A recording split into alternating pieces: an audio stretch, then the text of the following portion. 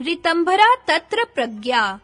शब्दार्थ: ऋतंभरा बराबर सच्चाई को धारण करने वाली, अविद्या आदि से रहित, तत्र बराबर उस अध्यात्म प्रसाद के लाभ होने पर, प्रज्ञा बराबर बुद्धि अर्थात ज्ञान होता है। अन्व्यार्थ: अध्यात्म प्रसाद के लाभ होने पर जो प्रज्ञा उत्पन्न होती है, उसका नाम ऋतंभरा प्रज्ञा है। व्याख्या: निर्विचार समाधि की विशारदता से जन्य अध्यात्म प्रसाद के होने पर जो समाहित चित्त योगी की प्रज्ञा उत्पन्न होती है, उसका नाम ऋतंभरा प्रज्ञा है। यह उसका यथार्थ नाम है, क्योंकि ऋत नाम सत्य का है और भरा के अर्थ धारण करने वाली के है, अर्थात यह प्रज्ञा सत्य ही को धारण करने वाली होती है। इसमें भ्रांति, विपर्य ज्ञान अर्थात अविद्या आदि का गंध भी नहीं होता। इस प्रज्ञा के होने से ही उत्तम योग का लाभ होता है, जैसा कि श्री व्यास जी ने कहा है। आगमेनानुमानेन ध्यानाभ्यासरेण च त्रिधा प्रकल्पयन् प्रज्ञां लभते योगमुत्तमम्। वेद विहित श्रवण से, अनुमान से और ध्यानाभ्यास में आदर से 3 प्रकार से प्रज्ञा का संपादन करता हुआ योगी उत्तम योग को प्राप्त करता है। सत्य और ऋत में इस प्रकार का भेद समझ लेना चाहिए कि आगम और अनुमान द्वारा जो यथार्थ ज्ञान प्राप्त होता है, अर्थात कॉन्सेप्चुअल फैक्ट, वह सत्य है, और साक्षात करने के पश्चात जो यथार्थ ज्ञान प्राप्त होता है, अर्थात परसेप्चुअल फैक्ट, वह ऋत है। अर्थात ऋत का अर्थ साक्षात अनुभूत सत्य है। संगति: अगले सूत्र में आगम अनुमान जन्य ज्ञान से ऋतंभरा प्रज्ञा जन्य प्रत्यक्ष ज्ञान की श्रेष्ठता बतलाते हैं। श्रुतानुमान प्रज्ञाभ्यामन्य विषया विशेषार्थत्वात्। शब्दार्थ: श्रुत, अनुमान, प्रज्ञाभ्याम बराबर आगम और अनुमान की प्रज्ञा से, अन्य विषय बराबर इस ऋतंभरा प्रज्ञा का विषय अलग है। विशेष अर्थत्वात् बराबर विशेष रूप से अर्थ का साक्षात्कार करने से। अन्व्यार्थ: आगम और अनुमान की प्रज्ञा से ऋतंभरा प्रज्ञा का विषय अलग है, विशेष रूप से अर्थ का साक्षात्कार करने से। व्याख्या: पदार्थ के 2 रूप होते हैं, एक सामान्य, दूसरा विशेष। सामान्य वह है जो उस प्रकार के सब पदार्थों में पाया जाता है, और विशेष वह है जो प्रत्येक व्यक्ति का अपना-अपना रूप है, जिससे एक ही प्रकार के पदार्थों में भी एक दूसरे से भेद हो सकता है। आगमजन्य ज्ञान वस्तु के सामान्य रूप को ही विषय करता है, विशेष रूप को नहीं, क्योंकि विशेष के साथ शब्द का वाच्य-वाचक भाव संबंध नहीं होता है। शास्त्र ने जिस वस्तु के साथ शब्द का संकेत किया है, उस वस्तु को वह शब्द सामान्य रूप से ही बोधन करता है, न कि विशेष रूप से। गो वृक्ष आदि शब्दों के सुनने से गो वृक्ष आदि का सामान्य ज्ञान होता है। व्यक्ति विशेष गो वृक्ष आदि का विशेष ज्ञान नहीं होता। इसी प्रकार अनुमान भी सामान्य रूप से वस्तु का ज्ञान उत्पन्न कराता है, विशेष रूप से नहीं, क्योंकि अनुमान में लिंग से लिंगी का ज्ञान होता है। जहाँ लिंग की प्राप्ति नहीं, वहाँ अनुमान नहीं हो सकता।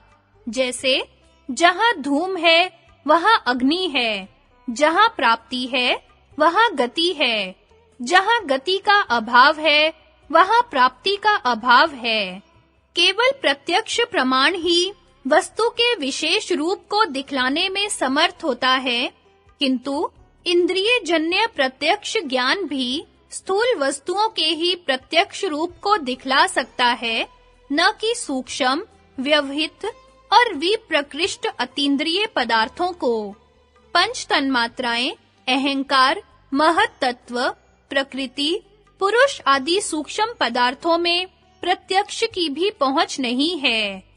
आगम और अनुमान से इनके सामान्य रूप का ही पता लग सकता है, इनके विशेष रूप को नहीं बतला सकते। निर्विचार समाधि की विशारदता में होने वाली ऋतंभरा प्रज्ञा से ही इन सूक्ष्म पदार्थों के विशेष रूप का साक्षात्कार हो सकता है, अन्य किसी प्रमाण से नहीं।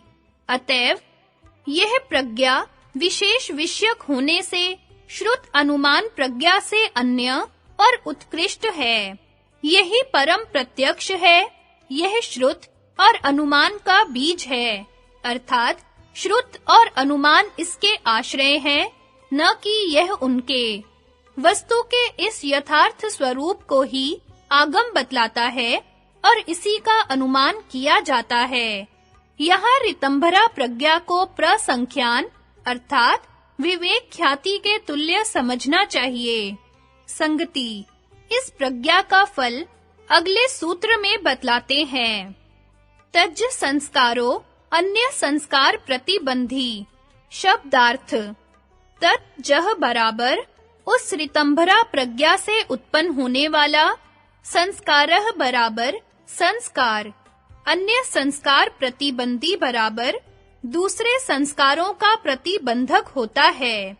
अन्व्यार्थ उस ऋतंभरा प्रज्ञा से उत्पन्न होने वाला संस्कार अन्य सब व्युत्थान के संस्कारों का बाधक होता है।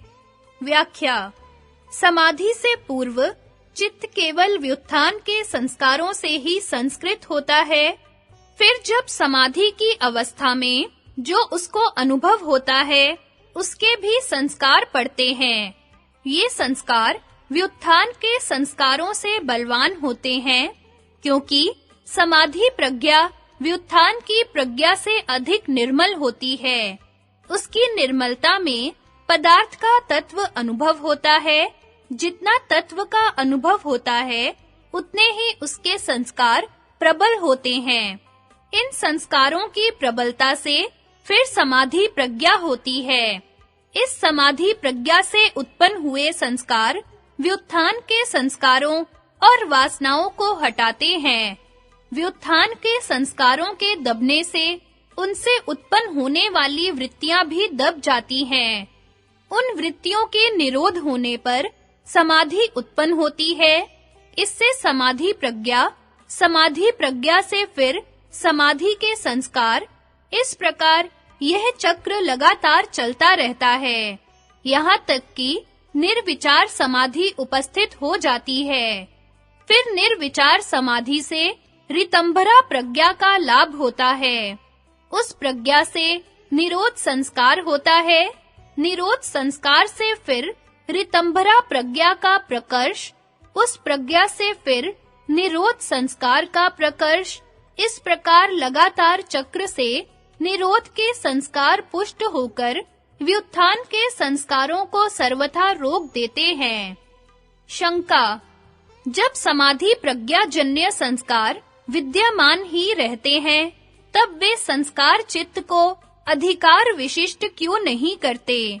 क्योंकि जो चित्त वासना जनित संस्कारों से युक्त होता है, वह जन्म आदि दुख देने की योग्यता वाला होने से अधिकार विशिष्ट कहा जाता है।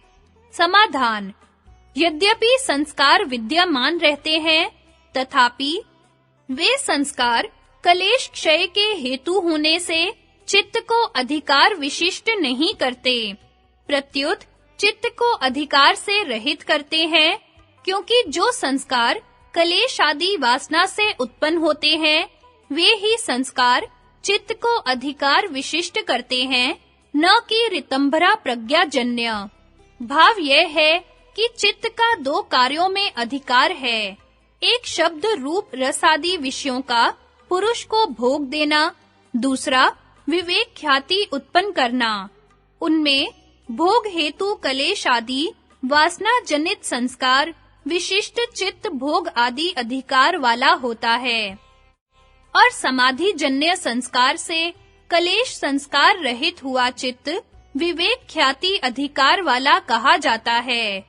इन दोनों में से पहला ही अधिकार योग का हेतु है, न कि दूसरा। विवेक ख्याति के उदय होने से भोगाधिकार की समाप्ति हो जाती है, क्योंकि विवेक ख्याति के उपादान पर्यंत ही चित्त की चेष्टा रहती है, इसके पश्चात नहीं रहती। संगति सबीज समाधि का सबसे ऊंची चोटी तक वर्णन करके अब निर्बीज समाधि को बतलाते हैं।